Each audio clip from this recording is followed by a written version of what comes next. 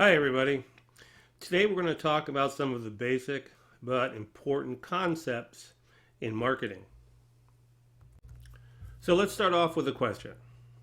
How do we decide when choosing a new car, a vacation, a restaurant, which cannabis flower to buy, which edible to buy?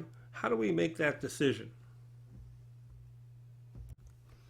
I would argue that we pick the option that has the most value to us at that point in time. So, what is value?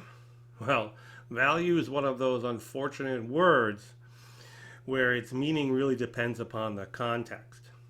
But in this case, we mean value as what you get, after you give something up to acquire the brand. What's left over for you?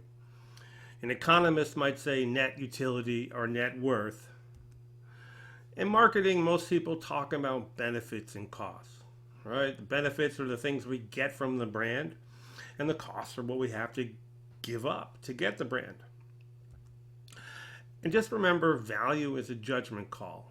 And what I mean by that is we're not walking calculators, we're not computers, though sometimes we can be very rational, analytical, but most times we're not.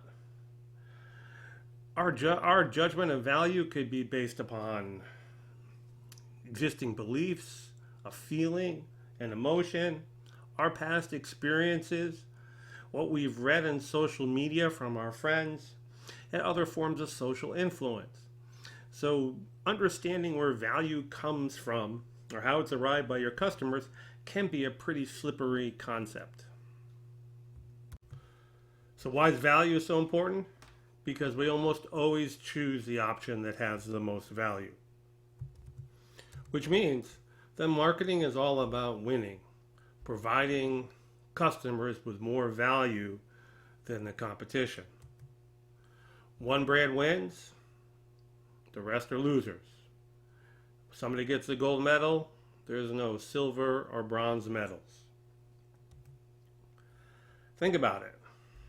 Do you ever buy one brand over another? In this case, you buy Powerade instead of Gatorade because you feel sorry for Powerade? No, we tend to be selfish. We pick the brand at that time that has the most value to us. Hi, everybody. Today we're going to talk about some of the basic but important concepts in marketing. So let's start off with a question.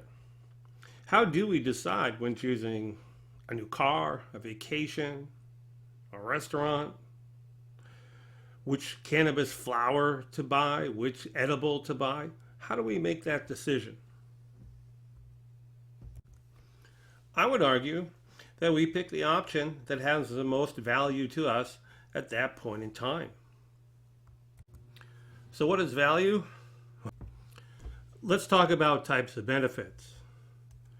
One type of benefit is a functional benefit. That's what the brand does for us. It helps us reach some goal or objective. It's a means to an end. For example, the functional benefit of CBD oil to me might be the pain relief I get in my arthritic knee. Emotional benefits include feelings about ourselves or about how we feel about others. For example, when I smoke recreational cannabis, I feel more comfortable socially and I get along with people better. Experiential benefits just recognize that we experience the world through our senses. Think about how good food tastes. Think about how bad food tastes. Think about good music that makes you want to dance, or the adrenaline rush you get when you ride on a roller coaster. In cannabis, the effect of terpenes on the user is really important, and they're experienced sensually first. A benefit ladder is a useful tool for understanding how to link related benefits. Product attributes often lead to functional benefits, which then beget an emotional benefit. For example, with CBD oil, right, the cannabis oil in it provides a functional benefit of pain relief and mobility on my arthritic knee. And because of that, okay, I feel better, I feel younger, and I'm able to enjoy more time with my family doing things. Benefit ladders also can be more complex as they take a deeper dive into customer motivations and desires. For example, product attributes lead to functional benefits. They often evoke emotional benefits, and those can lead to social benefits or psychosocial benefits in how we view ourselves, self-esteem, or how we believe other people view us, social status. And ultimately, that leads to feeling better about ourselves based upon our ideal self, who we want to be based upon our cultural and personal values. So in this example for the CBD oil, yes, I use the CBD oil. I get that functional benefit, pain relief, more mobility. I can have more fun with my family, with my wife and my children doing things. The social benefit would be, hey, I feel closer to my family, to my kids and my wife. And ultimately, I feel better about myself of being a husband and a father. And that is one of my personal values that would be important to me. What we need to remember is that customers buy benefits. They don't buy features. And if you watch broadcast news at 6 o'clock, you'll see lots of commercials by pharmaceutical companies pushing different types of important medications for people with diabetes, lung cancer, etc. And you'll see this more complex ladder in their advertising. Just watch and you'll see how ultimately, not through words, but through actions and facial expressions of the actors and actresses, that they'll express social benefits and that sweet spot, attaining things that are really important to them. There are three types of customer costs: the money or things of value that the marketer is willing to accept, the time that the customer has to put in to acquire their brand, and the effort, whether it's physical, mental, or emotional. And for consumers and businesses, this is usually a finite resource. There is only so much time in a day.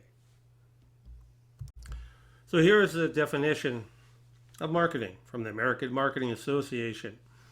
Marketing is the activity, set of institutions, and processes for creating, communicating, delivering, and exchanging offerings that have value for customers, clients, partners, and society at large. That's quite a mouthful. And so what we're going to do next is kind of deconstruct this definition so perhaps it makes more sense. Though not explicitly in the definition, we know that most people, most companies buy things because they have needs and wants. So then, what is a need?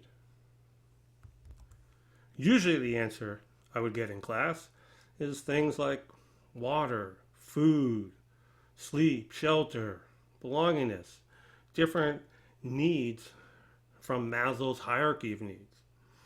But really, a need is a feeling that something's missing, a sense of deprivation. And when we feel it strong enough, it gives us motivation. We go out and do something about it. We could have this feeling, this need about anything, not just necessities such as food, water, shelter, belongingness. But it could be, hey, I need to buy that Mercedes because I just don't feel like I've accomplished enough in my life and it's going to make me feel better. I'm having a midlife crisis, right? That's not something, a necessity. I won't die without it. But if I feel it strong enough, I'm going to go out and buy that Mercedes. So then what is a want? Usually the answers you get are things that you don't need to have to survive, but you'd want. right? Or they're not what you can really afford or really basic. They're more luxury items. Well, given the definition that a need is a feeling that something is missing, it doesn't tell us what it is. That's what the want is. The want is the thing that satisfies the need. The want is the thing that scratches the itch. So why is this distinction important? Well, I'd argue that needs are pretty universal.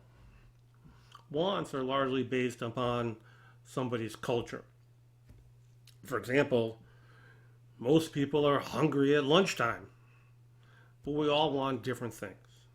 And that can really vary by our age, our culture, and a whole bunch of other factors. So when you think about what marketers do, at least with this definition, marketers stimulate consumers and businesses' needs.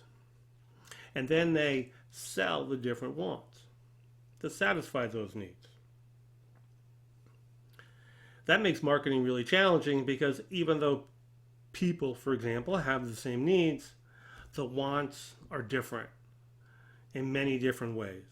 And that is changing all the time because culture and our world is changing all the time. So, what's a product, or as in the definition, an offering? Well, a product is simply something of perceived value to the other party. And remember, value is in the eye of the beholder. What you have to sell or market, and how you value it, may not be the same as your customer. And the value to one customer isn't the same necessarily as the value to a different customer. So marketing, you have to have something of perceived value. If you think about it, you don't have a business until you have a customer. And you don't really have a customer till you have something of value to them. Exchange is really just the mechanics of how we do marketing. And it's really important, but there are some certain kind of requirements. First of all, there's usually two or more parties. So it doesn't just have to be a buyer and a seller, a marketer and a customer. Products can be purchased by one group, shipped by the manufacturer, the payment goes to a retail store or a dropship store, and they send the money to the manufacturer. It can get pretty complicated. Each party has to get something at perceived value. Doesn't have to be equal value, and if it's perceived, there's really no such thing as equal value anyway. But both parties have to get something at perceived value. It has to be voluntary. Right? Marketing is a voluntary activity. You can't force people to do things. There are laws against that. That's why we have laws against monopolies. So there's some choice. It has to be voluntary. And on top of that, each party should be capable or competent.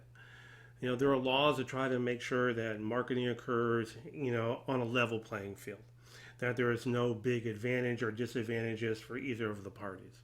And those are really the essentials of exchange. So here's my simple definition of marketing. First of all, what is the purpose of marketing? Why do we do it? Well, we do it to get what we want. As an individual, as an organization, or, to reach societal goals. But it's a process or a way for us to get what we want.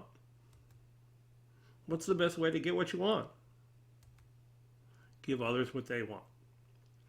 Provide them with enough value. So to me, to keep it simple, marketing is the process of getting what you want by giving others what they want. You might say it's about creating value and capturing value. Creating value for others and capturing value back for yourself. The marketing concept is another way to think about what marketing is all about. Mine has four main ideas.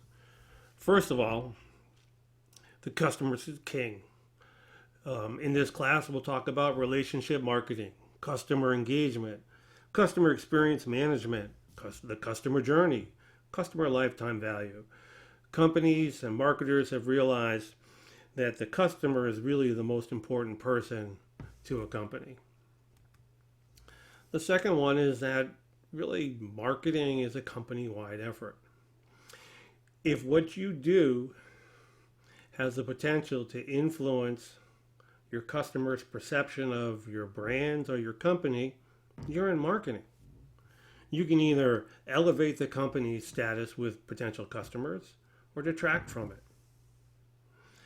And these two things they seem pretty easy conceptually, right? Focus on your customer, do everything you can to keep them and build a relationship with them that's mutually beneficial. And get everybody in the organization on the same page. Hey, we're all in this together, we all benefit together. So the next two is what makes marketing tough. The first one is you need to do this in a way so that the organization and its key stakeholders and society, all right, benefit. And then you have to be strategic because you're competing against other organizations who are trying to offer more value or different values to your potential customers. It's not easy, all right? And that's why good or great marketers make so much money because they're able to get customers and keep customers for the organization, and that's how they grow.